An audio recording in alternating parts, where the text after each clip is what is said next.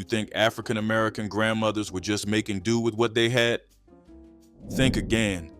These resourceful women created household solutions so effective that modern science has spent decades proving why they actually worked.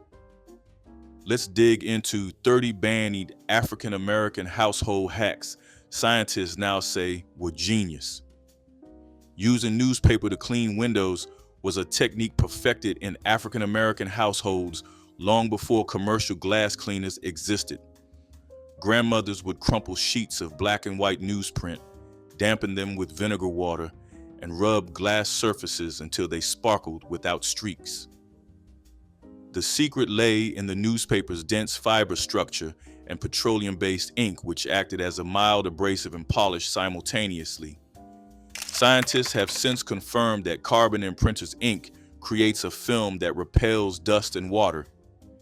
This hack costs nothing, since newspapers were typically free or already in the home. Children learned this technique watching mothers transform smudged windows into crystal clear panes with nothing but yesterday's headlines. Placing brown paper bags under fresh baked bread to cool was wisdom passed down through generations of African American bakers. The paper absorbed excess moisture while allowing just enough steam to escape, preventing soggy crust while keeping the interior tender.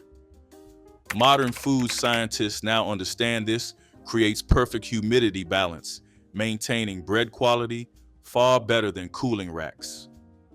Grandmothers knew instinctively what laboratories took decades to confirm. The brown paper's porous structure wickered away condensation without removing essential moisture from the crumb.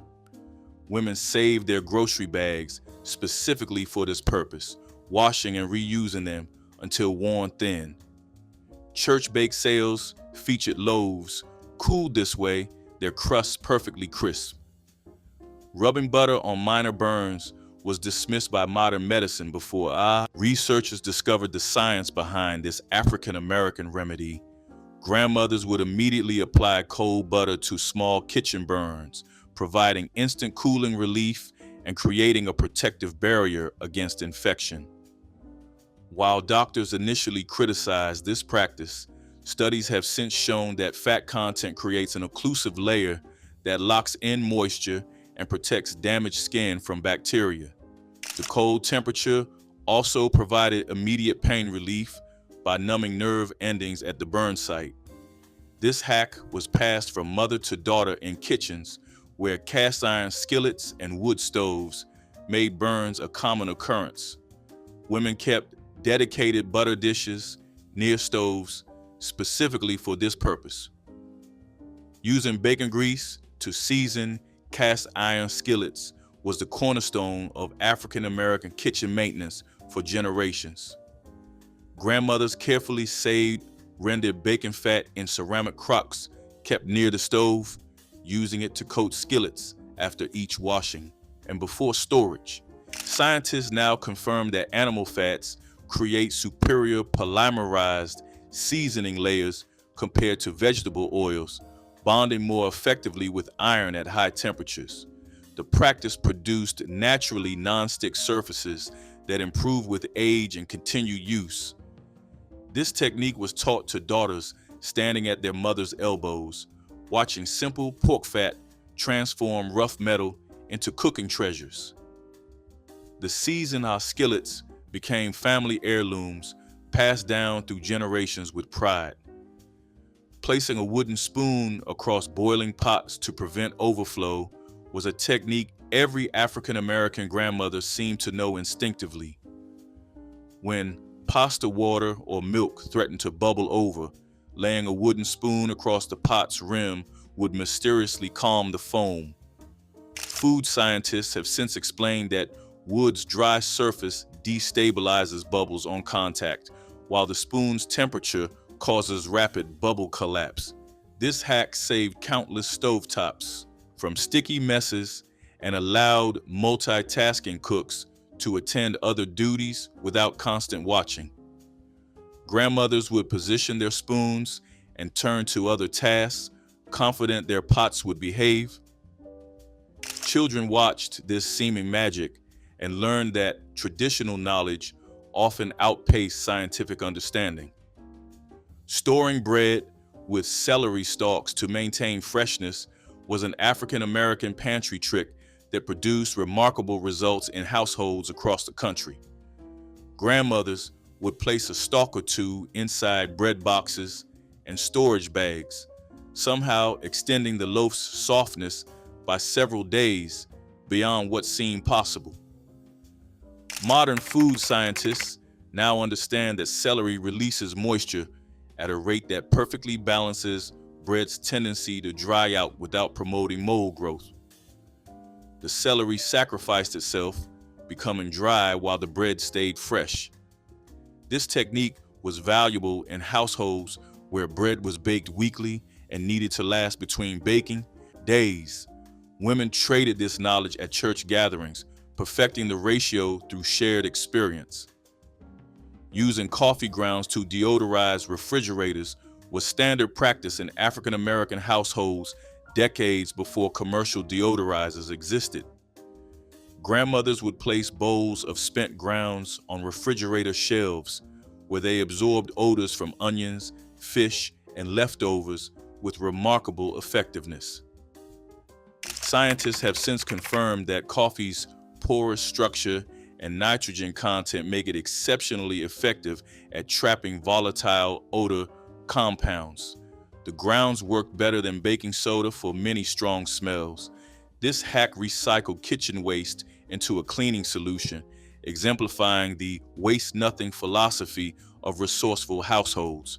Women who couldn't afford commercial products created their own solutions, proving that ingenuity could replace spending. Applying mayonnaise to remove water stains from wooden furniture was an African American remedy that furniture experts now endorse. Grandmothers would spread mayonnaise over white rings left by wet glasses, cover with cloth, and let it sit overnight, revealing restored wood by morning. Food scientists understand that mayonnaise's combination of oil and vinegar penetrates wood grain, rehydrating dried fibers, while mild acid dissolves mineral deposits. This technique saved countless tables from permanent damage without expensive refinishing. The hack required only pantry staples and patience, making it accessible to any household. Women passed this knowledge through generations, rescuing precious furniture that represented significant family investments. Using vinegar rinses to make hair shine was an African American beauty secret that hairdressers now scientifically support and recommend. Grandmothers would mix apple cider vinegar with water for final rinses after washing, producing remarkable shine and manageability that lasted for days. Scientists have confirmed that vinegar's acidity closes the hair cuticle, smoothing scales that cause dullness while removing soap residue. This technique was especially valuable for natural hair textures, enhancing curl definition and reducing tangles without expensive products. Women would share their exact ratios at beauty parlors, perfecting formulas through generations of careful experimentation. The practice cost pennies compared to commercial products. Placing shoes in the freezer to eliminate odors was a technique African American households employed when commercial deodorizers were unavailable. Grandmothers would seal smelly sneakers in plastic bags and freeze them overnight, returning them odor-free by morning. Scientists now confirm that freezing kills bacteria responsible for foot odor, achieving results no spray could match. The extreme cold destroys bacterial cell walls, eliminating the source rather than masking it. This hack was particularly valuable in households with active children whose shoes took serious punishment. Women would clear freezer space on Sunday nights, treating the family's shoes for the week. The practice demonstrated resourceful thinking using existing appliances. Sprinkling salt on carpet stains before vacuuming was a cleaning method African American housekeepers swore by for generations. When red wine, coffee, or grease hit the floor, grandmothers would immediately cover the spot with table salt, letting it absorb the liquid before vacuuming away. Scientists now explain that salt's crystalline structure draws moisture through osmosis, while its mild abrasive properties lift pigments from fibers. The technique worked especially well on fresh stains before they set permanently. This hack cost pennies and required no special equipment beyond what every kitchen contained. Women taught their daughters to act quickly with salt rather than panic over spills. The practice demonstrated how simple chemistry could outperform expensive commercial spot removers. Using onion halves to absorb paint fumes was an African American household trick that painters now recommend. When fresh paint made rooms unbearable, grandmothers would cut onions in half and place them around the space, somehow neutralizing the harsh chemical smell within hours. Scientists have confirmed that onions contain sulfur compounds that bind with volatile organic compounds released by paint, effectively removing them from the air. The onions would turn dark as they absorb toxins, serving as visual proof of their effectiveness. This hack was particularly important in homes without air conditioning, where opening windows wasn't always practical during hot summers or cold winters. Women protected their families from harmful fumes using nothing but vegetables from their kitchens. Rubbing walnuts on scratched wood furniture was a restoration technique passed through generations of African American families. When wooden tables and chairs showed wear, grandmothers would rub walnut meat directly into scratches, watching them seemingly disappear. Scientists now understand that walnut oil penetrates wood grain, while the natural brown pigments fill and camouflage light-colored scratches. The technique worked best on medium to dark finishes, where the walnut's color blended naturally. This hack saved families from expensive refinishing while keeping beloved furniture in service for decades. Women kept bowls of walnuts handy not just for eating, but for furniture maintenance. The practice represented practical wisdom about natural oils and wood care passed quietly between generations.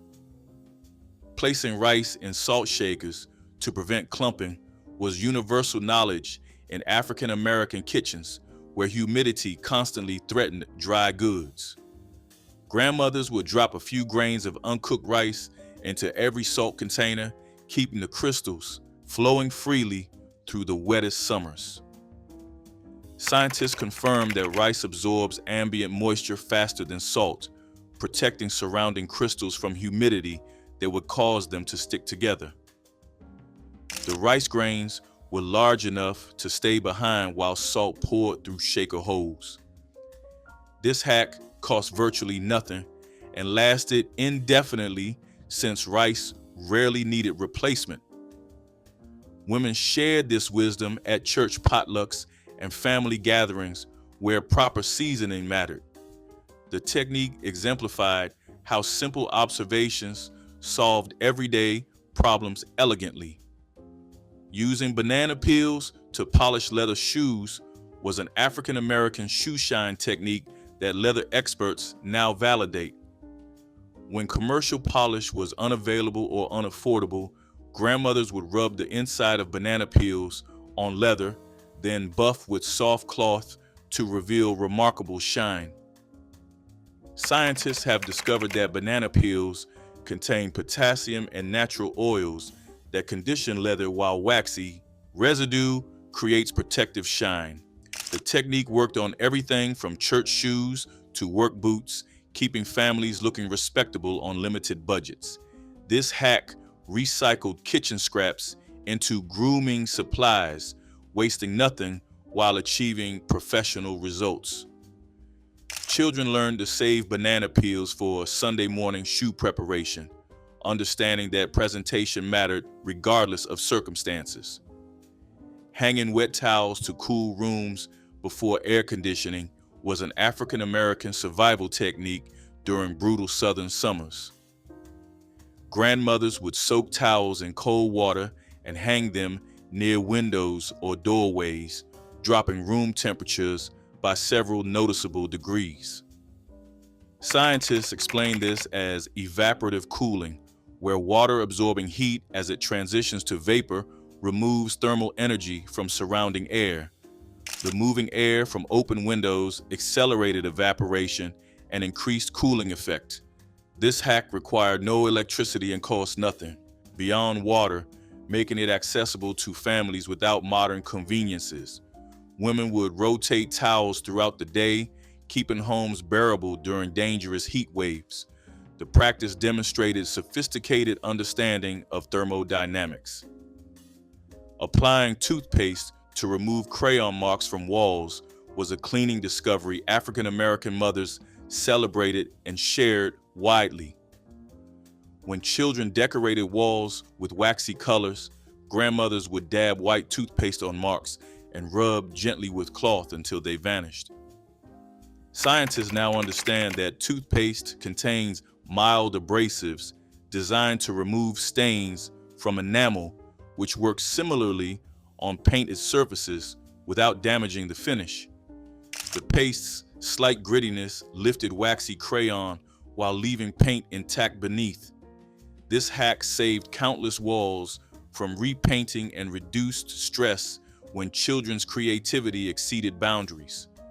Women passed this knowledge through networks of mothers facing similar challenges, building community through shared solutions. Using cornstarch to untangle stubborn knots in necklaces and chains was a jewelry rescue technique African American women perfected. When delicate chains became hopelessly knotted, grandmothers would sprinkle cornstarch over the tangle and work it gently with pins, somehow loosening what seemed permanent. Scientists explain that cornstarch reduces friction between metal links, while its fine particles work between tight spaces, allowing easier manipulation. The powder absorbed oils that caused chains to stick together while providing contrast that made tiny knots easier to see. This hack saved precious jewelry that might otherwise be discarded or expensively repaired. Women kept cornstarch in their jewelry boxes alongside their treasures, ready for inevitable tangles. The practice preserved heirlooms for future generations.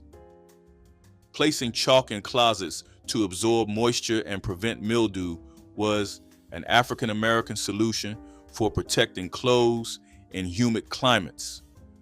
Grandmothers would hang bundles of white chalk or place pieces on shelves, keeping fabrics fresh and mold-free through damp seasons. Scientists confirmed that chalk's calcium carbonate composition is highly porous and naturally absorbs moisture from surrounding air. The chalk would eventually crumble as it saturated, signaling time for replacement. This hack protected valuable clothing without chemical mothballs, whose smell permeated everything and concerned health-conscious families. Women taught daughters to check chalk regularly and replace it seasonally, building maintenance habits that preserved wardrobes. The technique demonstrated how school supplies could serve household purposes. Using cooking oil to remove adhesive residue from surfaces was a solution African American households discovered long before commercial removers existed. When labels, tape, and stickers left sticky messes, grandmothers would apply vegetable oil, let it soak briefly, then wipe away residue that nothing else could touch. Scientists understand that oil dissolves petroleum-based adhesives used in most sticky products, breaking bonds that water and soap cannot affect. The technique worked on glass, plastic, and finished wood without scratching or staining. This hack used ingredients already in every kitchen, eliminating need for special purchases. Women shared this wisdom when jar labels resisted removal or price tags marred gifts. The practice showed how basic chemistry solved problems cheaply. Making baking soda paste to remove tarnish from silver was an African-American cleaning secret that jewelers now endorse. Grandmothers would mix baking soda with water to form a thick paste, then gently rub it onto blackened silver using soft cloths until the metal gleamed. Scientists confirmed that baking soda's mild alkalinity reacts with silver sulfide tarnish, breaking it down without scratching the precious metal beneath. This technique restored heirloom jewelry, serving pieces and picture frames that represented family history. The hack cost virtually nothing compared to professional polishing services or commercial silver cleaners containing harsh chemicals. Women taught daughters this method while telling stories about where each piece came from, connecting cleaning rituals to family heritage and memory. Using lemon juice to eliminate odors from wooden cutting boards was an African-American kitchen practice that food scientists now recommend. Grandmothers would rub lemon halves across cutting surfaces after preparing onions, garlic, or fish, neutralizing smells that soap couldn't touch. Scientists explain that citric acid kills odor-causing bacteria, while the lemon's natural oils penetrate wood grain to lift embedded particles. The technique also lightened stains that accumulated over years of use, restoring boards to nearly new appearance. This hack turned fruit scraps into powerful cleaning supplies, wasting nothing while maintaining kitchen hygiene. Women passed this knowledge through generations of cooks who understood that wooden boards required different care than modern plastic. Placing cold tea bags on puffy eyes was an African-American beauty treatment that dermatologists now scientifically validate. Grandmothers would save used tea bags in the refrigerator, then lay them over closed eyes for 15 minutes to reduce swelling and dark circles. Scientists have confirmed that tea contains caffeine and tannins that constrict blood vessels and reduce fluid retention in delicate under-eye tissue. The cold temperature added further anti-inflammatory benefits, shrinking puffiness quickly and effectively. This hack cost nothing since it reused bags that would otherwise be discarded after breakfast or afternoon tea. Women shared this wisdom at beauty parlors and church gatherings where looking refreshed mattered for social occasions. Using white bread to safely pick up broken glass was an African-American safety technique that cleaning experts now recommend universally. When glasses or dishes shattered, grandmothers would press slices of soft white bread firmly against the floor to capture tiny shards invisible to the naked eye. Scientists explain that bread's soft porous texture conforms to surfaces and traps fragments that brooms and vacuums miss completely. The technique protected bare feet from painful cuts that could become infected in homes where shoes weren't always worn indoors. This hack turned ordinary bread into essential safety equipment, demonstrating how common items could serve unexpected purposes. Women taught children this method to prevent injuries while cleaning up their own accidents responsibly. Taking oatmeal baths to soothe skin irritation was an African-American home remedy that dermatologists now prescribe for eczema and rashes. Grandmothers would grind oatmeal into fine powder and dissolve it in warm bath water, creating a milky soak that calmed itching and inflammation within minutes. Scientists have identified compounds called avenanthramides in oatmeal that possess genuine anti-inflammatory and antihistamine properties. The colloidal suspension also forms a protective barrier on skin that locks in moisture and blocks irritants. This hack provided relief when expensive medicated creams were unavailable or unaffordable. Women prepared oatmeal baths for children with chickenpox, poison ivy, or mysterious rashes, trust and knowledge passed through generations. Using dryer sheets to reduce static and repel dust from surfaces was an African American housekeeping discovery that cleaning companies now incorporate into products. Grandmothers would wipe television screens, blinds, and baseboards with used dryer sheets, preventing dust from resettling for days afterward. Scientists confirmed that dryer sheets contain positively charged ingredients that neutralize static electricity while leaving a thin coating that repels airborne particles. The technique kept homes cleaner longer between deep cleanings, reducing labor for busy women managing households. This hack recycled sheets that would otherwise be thrown away after single laundry use. Women shared this discovery at church meetings and neighborhood gatherings where efficient housekeeping earned respect and admiration. Soaking rusted tools in Coca-Cola overnight was an African American workshop trick that mechanics and restorers now use professionally. When wrenches, screws, or hinges developed rust, grandmothers would submerge them in cola and leave them until morning, revealing clean metal that functions smoothly again. Scientists explained that phosphoric acid in Coca-Cola dissolves iron oxide rust, while carbonation helps lift loosened particles from metal surfaces. The technique saved tools and hardware that might otherwise be replaced at significant expense. This hack demonstrated how everyday beverages contain powerful chemistry useful beyond their intended purpose. Men and women both employed this method, passing knowledge through families that valued maintaining and repairing rather than discarding. Applying cabbage leaves to reduce swelling and inflammation was an African American folk remedy that medical researchers have now validated through studies. Grandmothers would wrap chilled cabbage leaves around swollen joints, bruises, or nursing breasts, securing them with cloth until the swelling subsided.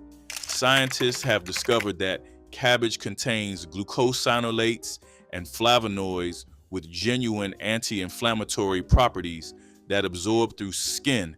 The leaves' natural shape conform to body contours while maintaining cooling contact throughout treatment. This hack provided relief when ice packs were unavailable and medical care was inaccessible or unaffordable. Women passed this knowledge through generations of mothers who trusted ancestral wisdom about healing plants and natural remedies. Lends flair to potlucks and bake sales, filling kitchens with the warm perfume of brown sugar and butter. A buttery shortbread crust was pressed into a pan and baked until just firm before being topped with a gooey mixture of chopped pecans, cream, and dark brown sugar. As it baked again, the topping bubbled into a caramel-like layer that set into chewy sweetness with a hint of nutty crunch. Each square delivered the flavor of classic Southern pralines in an easy-to-share form, perfect for coffee hours and church gatherings. Children loved licking the sticky syrup from their fingers, while adults reached for second and third pieces without apology. In the 1970s, these bars offered a bridge between candy making and home baking, capturing the indulgent spirit of Louisiana without the need for a candy thermometer. Pecan praline bars proved that a little Southern magic and a handful of pecans could turn an ordinary afternoon into a festival of sweetness worth every bite. Butter pecan ice cream was the homemade reward for hot summer. Pokeweed greens offered one of the first fresh tastes of spring for people living with few supplies after a long winter.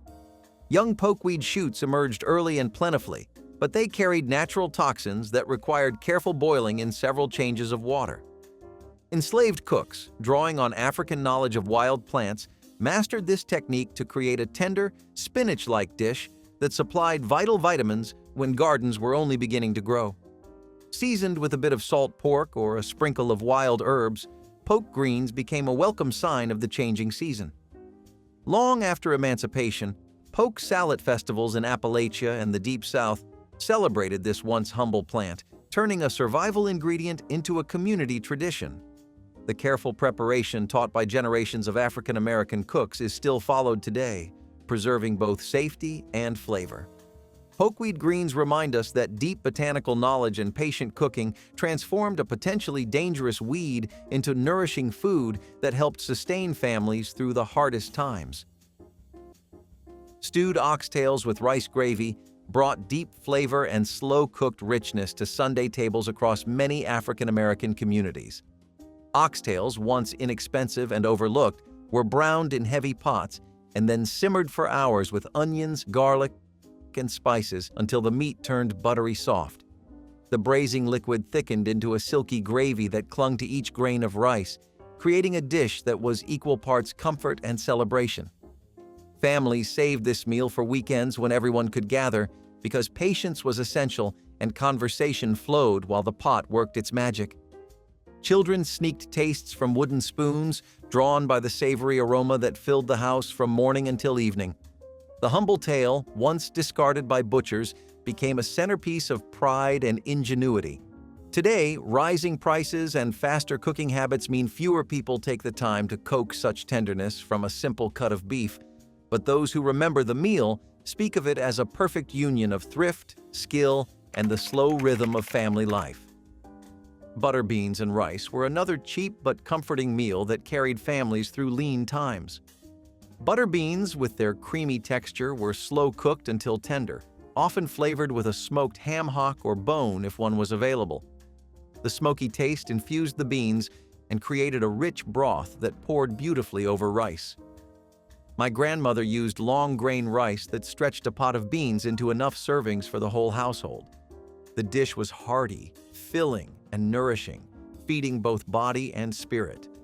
Butter beans were inexpensive compared to meat, yet they carried enough protein to keep families going strong.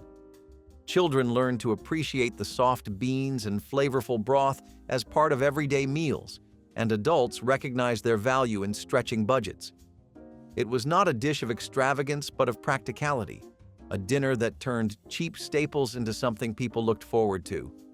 Butter beans and rice told the story of resilience in kitchens where every penny counted and every plate needed to satisfy. Okra and tomato stew was a garden-born staple that thrived in warm southern summers when vegetables were plentiful. Fresh okra pods, picked before they grew tough, were sliced and simmered with ripe tomatoes, onions, and bell peppers until the flavors melded into a thick, savory stew. The okra's natural thickening quality gave the dish a comforting, almost silky texture, while the tomatoes added tang and brightness. Seasoned simply with salt, pepper, and sometimes a hint of smoked meat for depth, this was a dish that could stand alone with cornbread or be served alongside fish or chicken. In African American kitchens, it was a way to make the most of backyard gardens and stretch a small amount of meat into a filling meal. It could be made entirely vegetarian or enriched with bits of bacon or ham hock, depending on what was available. The beauty of okra and tomato stew lay in its adaptability. Each household had its own variation, often influenced by what was growing just outside the kitchen door. Though it remains known in some southern homes, its presence has faded as fresh garden cooking has become less common in everyday life. Cane top syrup began with the earliest shoots of sugarcane, long before the full harvest. When planters reserved the mature stalks for commercial sugar, enslaved workers cut the tender tops and simmered them slowly, extracting a thin but sweet syrup. This homemade sweetener flavored cornbread, porridge, and hot drinks, adding a rare touch of luxury to daily meals. The technique reflected both African experience with cane and Caribbean methods of small-batch syrup making. After emancipation, many rural families continued to boil cane juice into syrup during the early season, a practice still alive in parts of Louisiana and Florida. The flavor is lighter and grassier than late-season molasses, making it unique among southern sweeteners. Cane top syrup shows how skilled hands transformed what might have been discarded into something valuable, blending cultural knowledge with the natural rhythms of the crop. It stands as a reminder that, even in conditions of deprivation, African American cooks created enduring regional flavors that remain treasured in southern pantries today.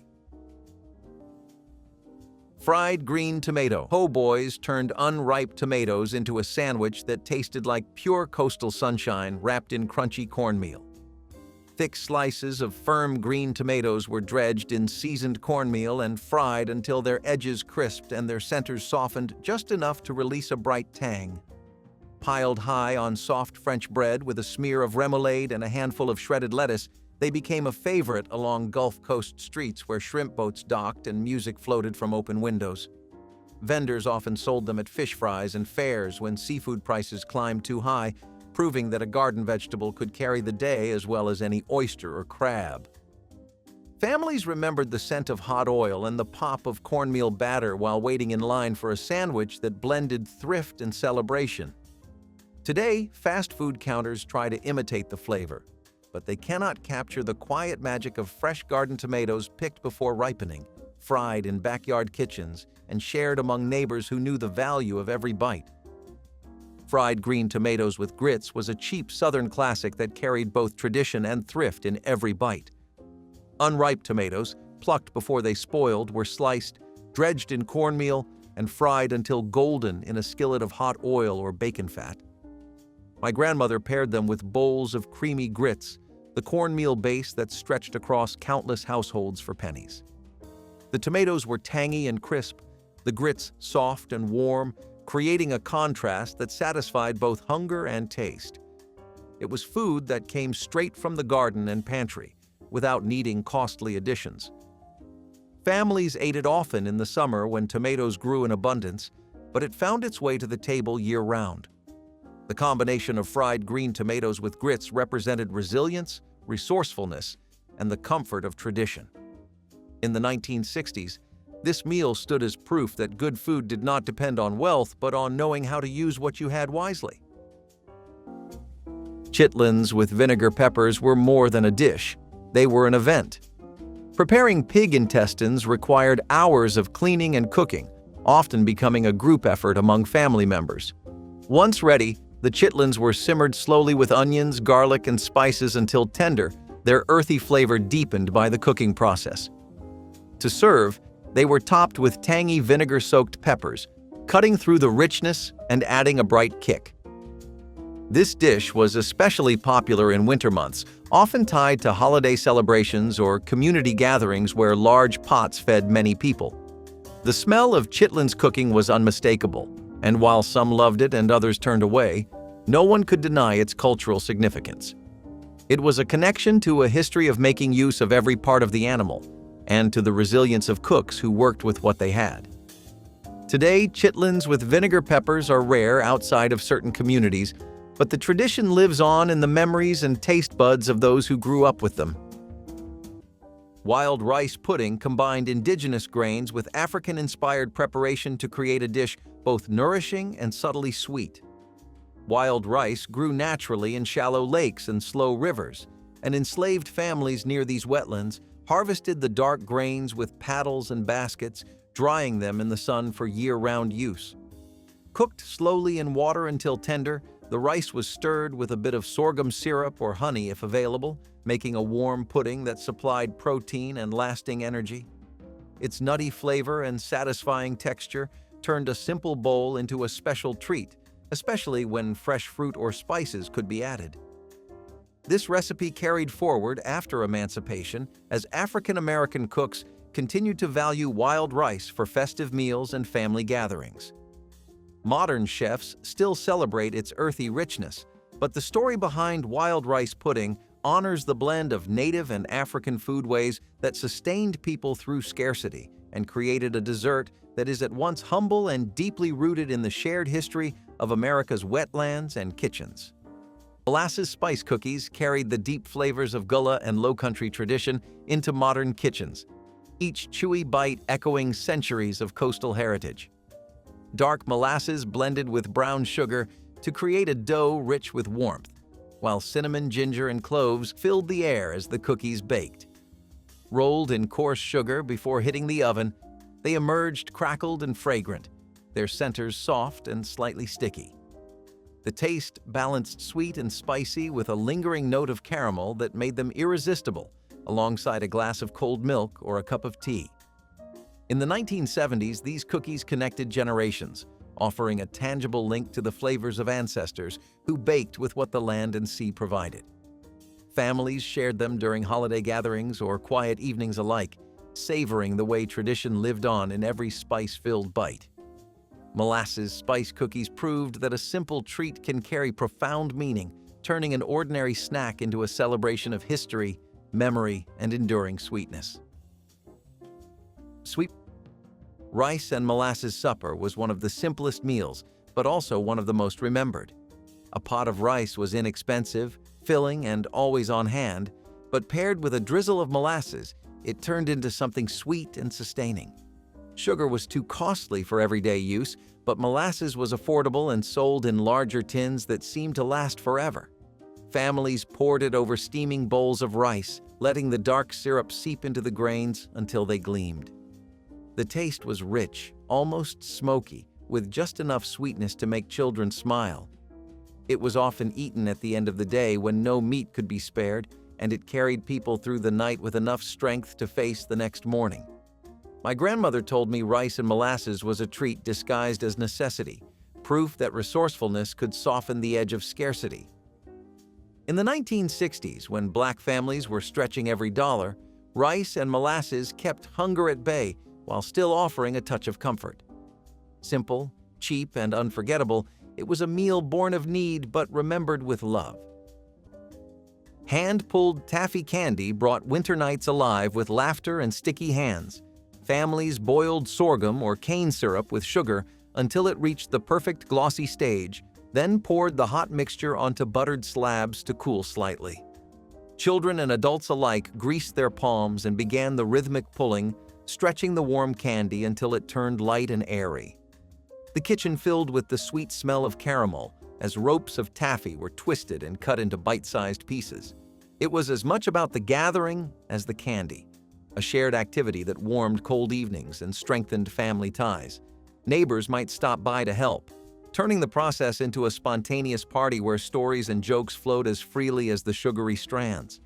Store-bought sweets eventually replaced the long, careful ritual, but the memory of shining taffy and joyful pulling remains vivid for those who once stood in the glow of a winter stove and felt the magic of homemade candy. Batter-fried catfish was a highlight of Southern fish fries, where friends and family gathered for food, music, and conversation. Fresh-caught catfish from rivers or ponds were cleaned, filleted, and coated in a seasoned cornmeal batter before being dropped into hot oil. The result was a golden, crispy crust giving way to tender, mild-tasting fish. Often served with coleslaw, hush puppies, and tartar sauce, it was a meal that celebrated both the bounty of local waters and the joy of community. In African American culture, fish fries were more than a way to eat. They were social events that strengthened ties and offered a space for laughter and storytelling. Batter-fried catfish was a centerpiece of these gatherings, appreciated for its satisfying crunch and comforting flavor. While farm-raised catfish has made the fish more widely available, the traditional preparation and community-centered events around it have become less frequent.